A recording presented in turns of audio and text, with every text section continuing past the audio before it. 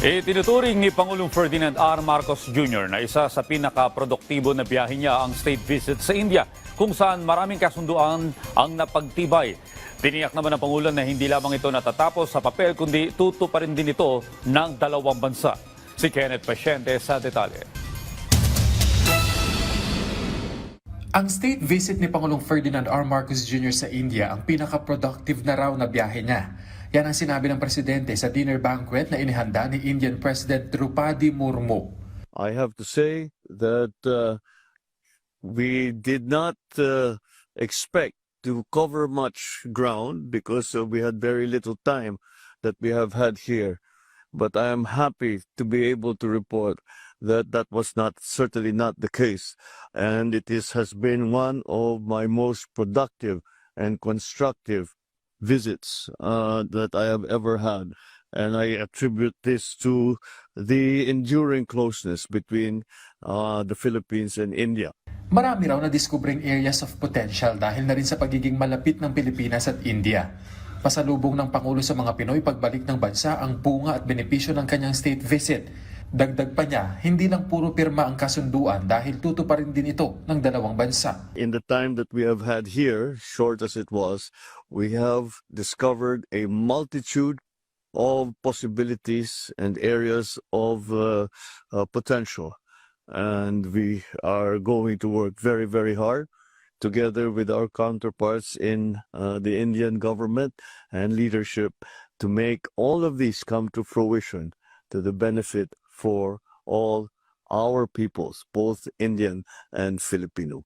Sa ikatlong araw naman ng Pangulo sa India, muli niyang isinuot ang kanyang salesman hat matapos pangunahan ang CEO Roundtable na binuo ng DTI. Hinikayat niya ang Indian Business Group na maglagak ng puhunan sa Pilipinas sa harap ng lumalakas na ekonomiya ng bansa. Our investment environment is the most open and liberal that it has ever been. And because economic growth must rest on strong human capital, we also enacted the Enterprise-Based Education and Training Framework Act, or EBET. This law builds a structured pathway for collaboration between business and the academe, aligning training with industry demand and preparing our workforce for globally competitive careers. Ibinida rin ng Pangulo ang mga ginawang hakbang ng pamahalaan para kilalanin ng mga investors. Kabilang na ang Green Lanes, pagtugon sa red tape at pagpasa ng Public-Private Partnership Code of the Philippines para sa seamless na pagpasok ng high-impact projects. As two of the world's most promising emerging markets, the Philippines and India view the PTA as a strategic platform to harness our shared strengths and elevate our economic partnership. And we are working very hard together to find the common ground so as to make the passage or the agreement of the PTA come as quickly as possible. Inatasan ng Pangulo ang DTI na mas palalimin pa ang ugnayan sa counterpart nito para sa mga posibleng trade and investment.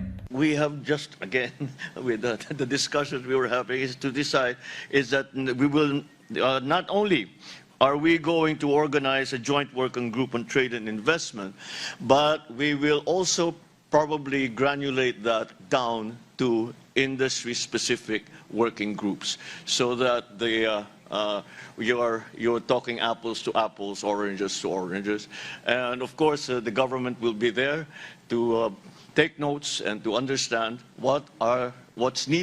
Prakash Nada, na siya ring Minister of Health and Family Welfare ng India kay Pangulong Marcos Jr., nais nilang itulak ang health collaboration sa pagitan ng dalawang bansa. Yung unang part of the meeting, we discussed the healthcare system of India, how they have covered with costs yung about 600 million individuals in India for maternal care, hypertension check, cancer of the breast, and oral cancer, and even cervical cancer. So napakaganda, nakakapag-provide sila, ginagamit nila yung ASHA workers nila, which are similar to our barangay health workers, to navigate them to get good health care.